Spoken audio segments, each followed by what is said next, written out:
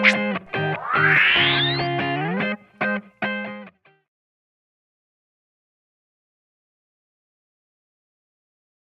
right, thank you very much. That was a very long introduction.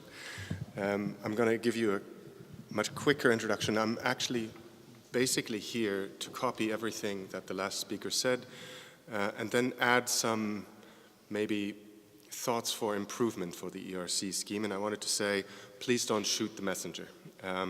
I'm part of the Kavli Fence Network, which is a group of 35 young neuroscientists, well, young, 40 years old, early stage career PIs, we call ourselves.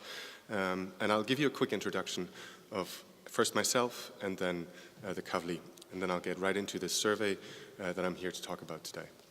So this is my lab. I'm usually a computational neuroscientist, so I make models. My lab sits in front of the computer mostly, and we think about how to build models that reflect what's going on in the brain, and I'm mostly focusing on inhibitory synaptic plasticity. That's not what I'm here to talk to you today for. I've been a PI for 4 years. I'm mostly on soft money. I'm on tenure track at the University of Oxford with what's called a Sir Henry Dale Royal Society and Wellcome Trust research fellowship that is very similar in format and in format to the ERC grants. I'm 40 years old. I have 3 daughters and by now 12 lab members. As I said already, I'm part of this Fence Kavli network, which consists of 35 people just like me. So we're at the very beginning of our PI careers, and we've been brought together to discuss science, but also discuss what we don't like or what we do like about the current situation of European neuroscience and European science and science funding in general.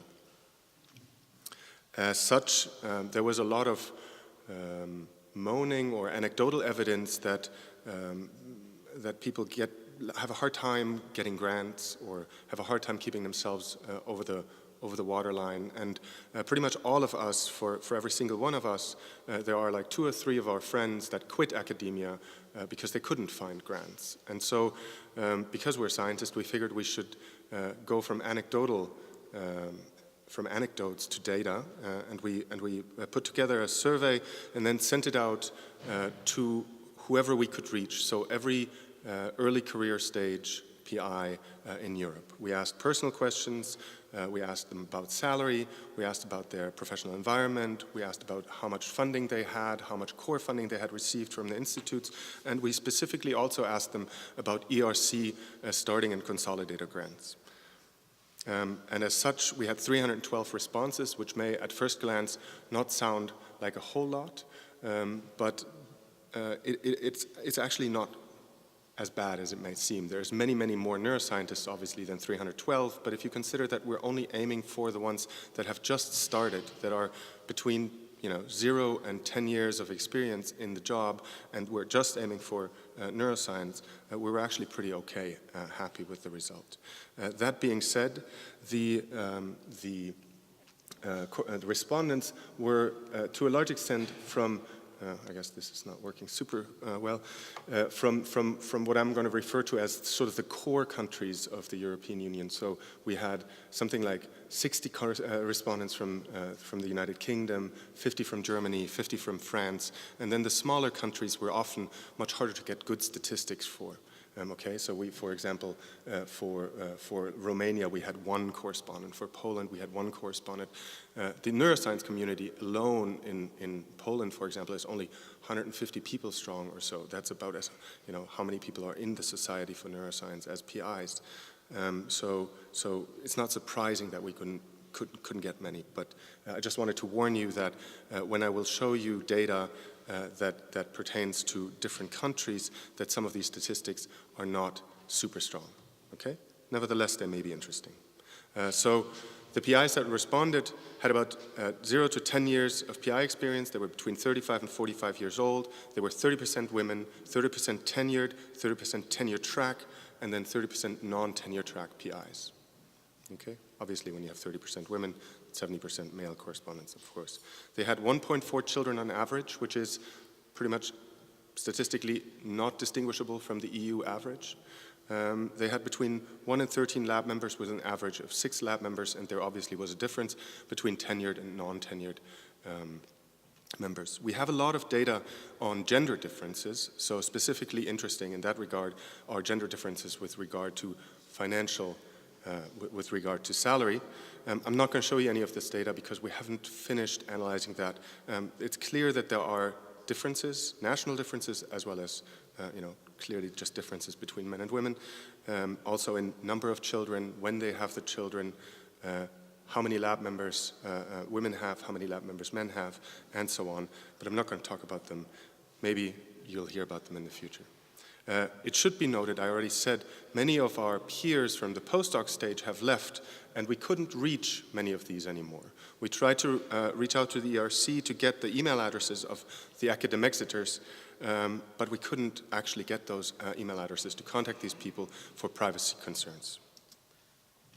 So, the average applicant has about 13 to 15 PI grant applications on their clock, with about 120 hours spent per grant application, and with about a 40% success rate on average.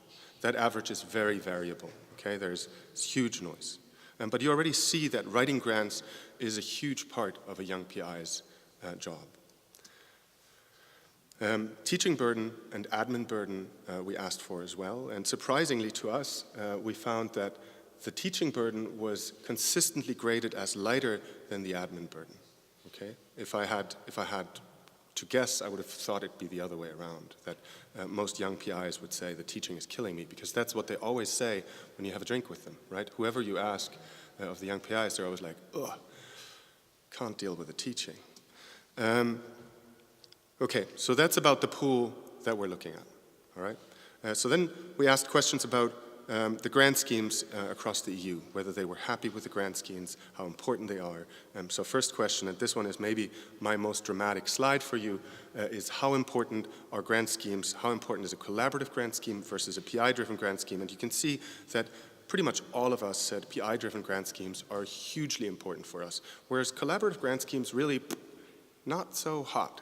And this is going to be a point that I'm going to keep making overall, that young PIs often feel somewhat disenfranchised in the process of getting collaborative grants. This is also apparent here, where we asked how adequate are the grant schemes, and you see that even though people before said PI grant schemes are much more important, and you would assume that they thus naturally say PI grant schemes are not as readily available, they actually were much more inclined to say that collaborative grant schemes are not adequately represented for them, because often young PIs have trouble getting into these networks, finding peer groups with which they can apply for collaborative grants, and even when they do apply, their success rates are lower.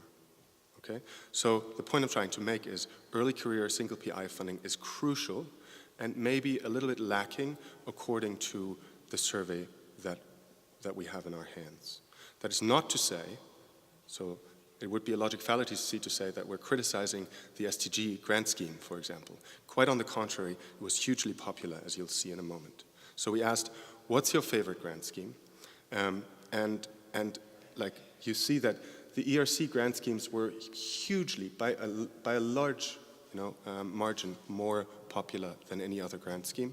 And I have to warn you here too that this is not properly finished in the analysis, because obviously someone from Germany is not going to report on grant schemes in England and vice versa. So there is a bit of a skew in here. But if you just compare how the ERC is performing there to the HFSP, to the Human Frontiers projects, science projects grants, you'll see that there is no question, right? Like it's just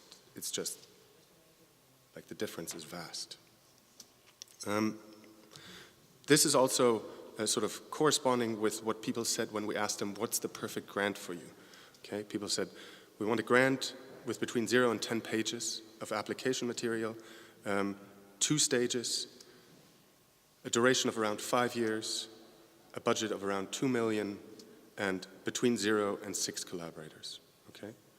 Now, again, here it's important to mention also that we had a lot of comments that people would love to apply for collaborative grants with one or maybe two collaborators, but they were shy to do so because a lot of times the collaborative schemes would specify that you should have 6 or so collaborators, and they couldn't come up with that kind of number. And then I'm going to say something else about the number of stages later on. That's going to be the last part of my talk. If you want to read about this part, this has been published already by our former chair, Jota Poyerazi, in a News and Views type of article in Nature last year. Okay? So then I'm coming back to this point, and I'm going to sound a little bit like a broken record. We asked again, how is the funding situation for you? What's the adequacy of national funding schemes? And so this is the distribution of answers between bad and good. You see that there's some sort of bimodal distribution there, not totally unexpected. And similarly, when we asked, what's your situation? How reliant are you on EU funding schemes? Some said very much, and others said not at all. And then when we asked them, what's the adequacy of funding schemes? We got a quite surprising answer, we thought, in that there was very few people who graded the funding situation in the EU as adequate for them. Okay? Now again, don't shoot the messenger. I'm just saying. If we split this up into countries, it becomes quite interesting to look at too, because it turns out that the people that say they have adequate funding naturally often come from the countries in the EU that have stronger economies at the time. Again, you see that there are some exceptions in there, like Poland, but remember that we only had one respondent from Poland, whereas most other countries have many, many more. And that map flips then when you ask what's your reliance on EU funding. Naturally, the countries where national funding is not appropriate or adequate, people will rely heavily on EU funding schemes. And this is also anecdotally true. You probably know better than me of a number of your colleagues that have had to downgrade their labs considerably when they failed to get renewal for an EU grant, when they were in countries like, for example, Greece. And then we asked for the adequacy of funding schemes, remember, and we split that up by countries. And you see that, again, the same pattern emerges. So some of the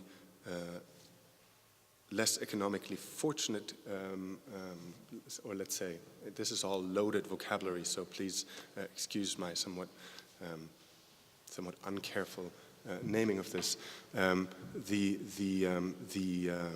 PIs in, let's say, peripheral EU countries were often much less enthusiastic about adequacy of funding schemes. Okay. We asked, what are the bottlenecks in funding? And this is a slide that I acknowledge that you probably won't be able to read, but the same chorus comes through again. So low success rates in most grants. PI-driven projects are limited to the ERC, and the overall number of PI-driven grants is low.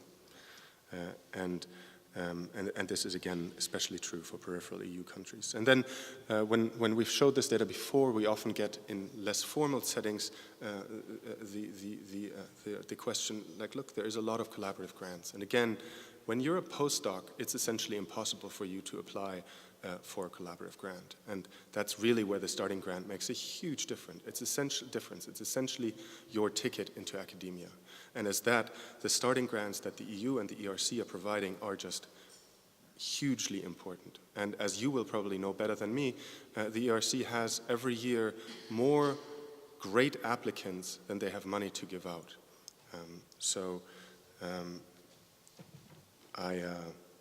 I'll come back to that later. Anyway, so self-reported, there's much lower success for collaborative grants. And then we asked them whether they could sign up for the sentence, the current grant funding budget is skewed towards big multi-investigator collaborations. Such grants favor experienced PIs over early career PIs with smaller networks. I would therefore welcome a change in the distribution of funds towards more single PI grants to strengthen early career science in Europe. Do you agree with that statement? What do you think should be the percentage of people that said yes? It's a fishing expedition, right? It's much easier to say yes than to say no to that question. But they're all scientists, so that should, counter it. How many people said yes? More than 90% of the young PIs we asked said yes to that statement. And then here's another interesting one, because this one is with the Human Brain Project being constantly in the press. We asked whether the PhET schemes, and for neuroscientists, PhET schemes are mostly the Human Brain Projects, are an asset for them personally. And many more young PIs in our survey said no to this than yes. This is also apparent in this question where we said, will you ever or have you ever applied for a PhET scheme funding, like the Human Brain Project? And 70% of the respondents said no. And many actually said, we don't even know what PhET is. So it seems that there's also a little bit of a disconnect towards us, towards advertising what PhET is. We all know what the starting grant is because it's the holy grail, right? But what PhET is maybe not as apparent. So with that said, this is what I wanted to say a moment ago. The Fence Kavli Network would kindly ask you to increase the budget for single PIs. And I should say, I'm also not a single PI, not by any means, but I'm not in that category anymore. So we're really sort of not asking for ourselves. We're just growing out of that stage, in fact, right? So if the ERC will decide to allocate more money away from other funding schemes towards the starting grants and consolidated grants, specifically to the starting grants, this will be of no benefit to me. So this is not for my own benefit, or for many in the Kavli Fence Network, I should say. This is just something that reoccurs in the conversation of young scientists. So then we asked, given that you all love the ERC so much, apparently it's your favorite funding scheme, how satisfied are you? And people reported pretty satisfied. Where 10 is super and 0 is not so super, they were at a 6. We thought that's, a 60% satisfaction rate. Not super high, but not super bad either. And then we split that into accepted and rejected, and we saw that, there was a bit of a discrepancy. Clearly, this is, a bias towards how you did in that scheme. And then we asked the respondents to self-correct. We said, hey, if you had, gotten a different result in your ERC grant, how satisfied would you be? And they actually were pretty accurately going back to the average. So they said, hey, if I had gotten this grant, I'd probably give you 2 points more. And this is important to remember in the next question that we asked them. Okay? We asked them, were your reviewers fair? And they could choose, again, between not at all at 0 and very much so at 10. And the reviewers came in at an average of 7, which is, I think, a relatively spectacular result. And then we split this up into accepted, rejected with interview, and rejected without interview. And you see here that rejected without interview scores substantially lower than all the other review reports. And here, unfortunately, we forgot to have them self-correct, right? But seeing that people would self-correct a little bit up, I think it's still worthwhile considering whether the reviews of the early stage applications, so Part A or Part B without interview, are as solid as the rest of the process.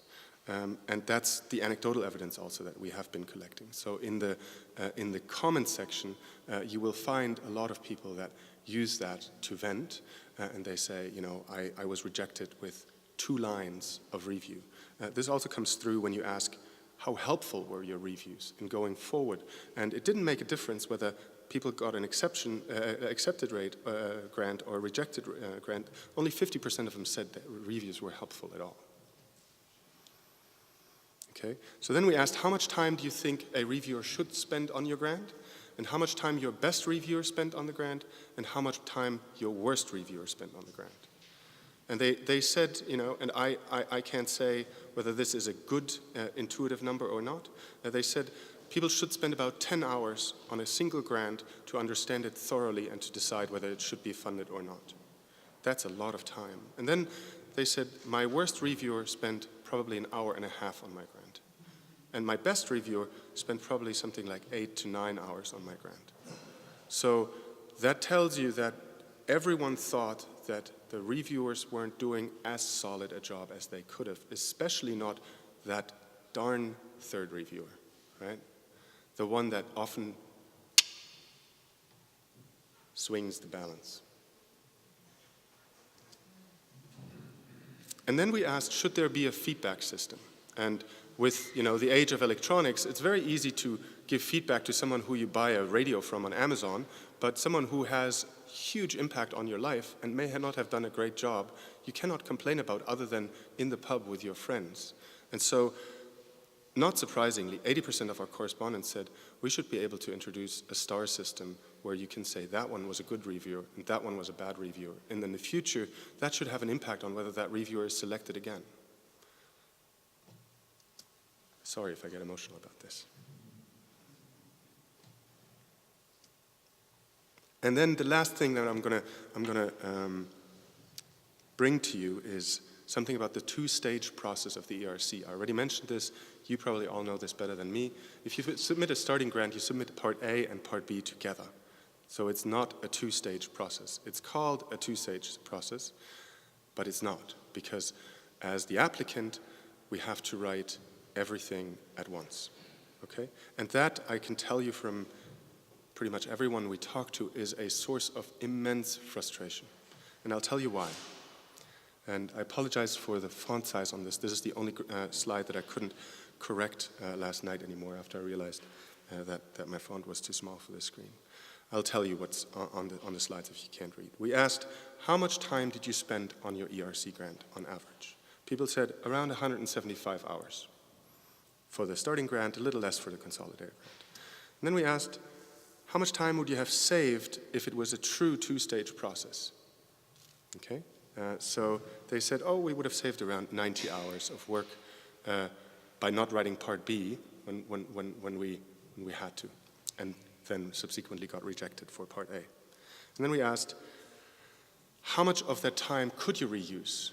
So how much of the time that you could have saved you actually used for another grant? And people said, well, about 50% I used for another grant. So it was good intellectual work. It was sort of workout time for me intellectually. And so then we asked, well, what does that come to per grant in terms of numbers of hours, and pardon my language again, wasted, right? Number of hours writing a grant that no one's ever gonna read, that goes right into the trash can. 38 hours wasted for the starting grant application, 25 hours wasted for every consolidated grant that doesn't make it to stage B. Now, you know the rejection numbers for the ERC, so typically they're around this. I think this is from 2015, 1,960 rejections in the starting grant and about 1,360 in the consolidated grant. What is the number of hours that we have cumulatively wasted writing grants that went into the bin? Make a guess for yourself with every application round. It's 60 man-years or woman-years that go right into the bin. And that's something that we are all, as young starting researchers, passionate about. It's also money that often the EU spends on these researchers. And that's really one of the 3 points that we would really like to drive home, in that it should be a true two-stage application process. And we do know that there are political intricacies that are to consider, and that the ERC is a behemoth and they're spending a lot of money on us. And by no means we're saying that we're not grateful for the money. In fact, I think I've shown you that it is our favorite grant scheme. But this is a source of immense frustration, and other grant schemes do it better. For example, the Human Frontiers have a two-stage process. Strangely, it's not nearly as popular as the ERC. And of course, this is just our opinion, as the Big Lebowski said, so take all of this with a grain of salt, but it is based on survey data that we've collected from over 300 respondents in the EU. And with that, I'll just reiterate again, ERC grants are hugely popular, and we would love more of it. The reviewer system and the two-stage process are a source of frustration across everyone that we've spoken to, and that's it. So the Fence Kavli Network, as I said, are 35 people, and I would like to specifically mention here Megan Carey and Carlos Ribeiro, as well as Panayota Poyarazi and Matthew Grubb, who are all instrumental in making this survey happen. So thank you for your time.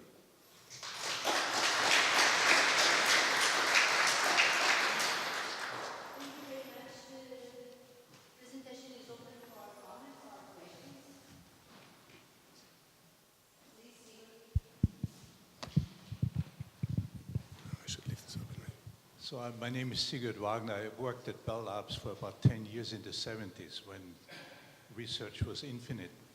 And I always dealt with questions since then, since having been at the university, I'm at Princeton.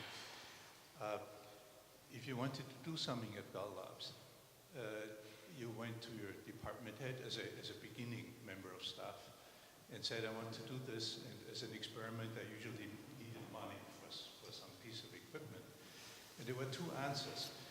He said either yes, go ahead, or he says it's November, we have to wait till January till they get the new budget. And the reason was, when you were a member of Bell Labs, they trusted that you knew what you were doing. You don't need to do any explanation other than to your department head, who knew exactly the field you were working in. So there was a technical evaluator, and it was done within minutes. And the other comment I have is I've reviewed an infinite number of proposals. I think there's nothing that needs more than 5 or 10 pages. I've looked at ERC starting grants, which have this A and B format, and the distillate in the grant is in section B in 4 pages, and you don't need anything else. That's what I've found.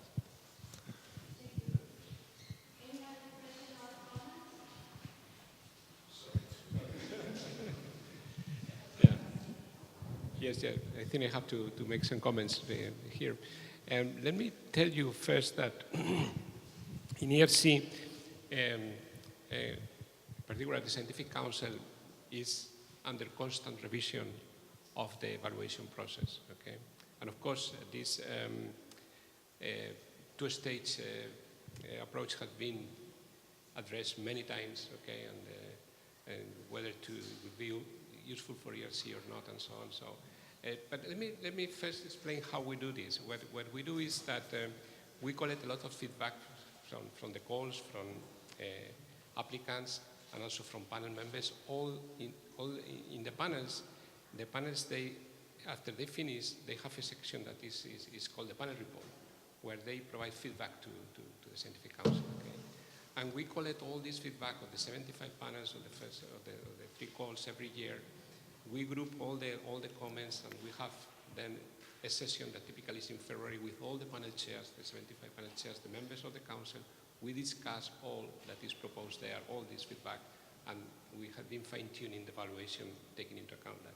So my message is, okay, that we, digest all the comments that we receive from different sources, especially from panel members, okay, that we value very much their opinion. And in fact, we call it two-step, not two-stage, just to make clear that we don't have a two-stage process, okay? You look all our official papers, the word used is two-step. We never use the word stage, okay? Mm-hmm. Just to make it clear. And the feedback that we have received from many applicants is that the quality of their Part B1 proposal will be much worse, okay, if they don't have to submit the full proposal, okay? This is what they say. And also that they consider helpful, okay, to write Part B2, okay? Maybe to, as you said, to reuse it in some other calls, maybe for other reasons. But the members of the council, and this, it's not me, okay, it's the members of the council, often when this is under discussion, because typically this is discussed once a year at least, the two-stage approach, okay? The feedback that the council members receive is that the applicants think that it's helpful, okay, to have to write Part B1 and Part B2, even if B2 for 70% of the applicants is not read at all, as you mentioned, okay? First, because they say, well, this is a reflection that is good for me, it's useful for applications, it's useful if I reapply, okay, because one piece of information is that typically we have like 30% of the proposals, or even 40 sometimes, are reapplications, people that they are applying from previous years, okay? So we assess all that, the council assess all that, and so far this step has not been given. The drawback of going to two-stage is that we will have, instead of around 3,000 proposals in a starting grant or 2,500 in consolidator, we will have twice as many. This is our estimation because we had it once, okay? And those are the figures. And this will make a significant also additional difficulty for the evaluators too. So when the council puts the pros and the cons, okay, on the table, so far the decision by them has been to keep to a step. Okay? Yeah. Clearly, this argument about the explosion of applications is often mentioned, right? That it is an effective barrier to tell people, do you really want to do all this work? Do you really have that much to say? And I think in that regard, it's worth looking at other grant schemes like the Wellcome Trust or like the HFSP that do have a true two-stage process, and the first stage is just much shorter, right? It's 2 pages. It's 1 page science, half a page the place, and half a page your personal background or something. So that makes the evaluation of that piece much easier than what we currently have at the ERC level, where even stage 1 or step 1 is essentially a full-blown application.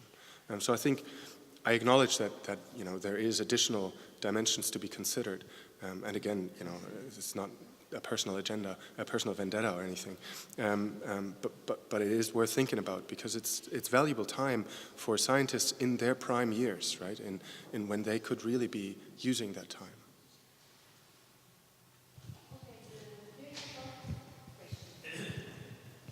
Yeah, I think that you comment about the ERC and as it was said, the ERC should be the best. And you also spoke about the fact, the future emerging technology, which is something that youngers could promote and should have impact on their own careers. And you did not show the conclusions. And you know, as I know, that only the rate of success is 1.4%, which means that you lose a lot of time, and the European Commission should change, because the future emerging technology should support really brilliant ideas that goes from incremental to future challenges. You started mentioning this in your presentation. You did not show any conclusions about this. So that may be because we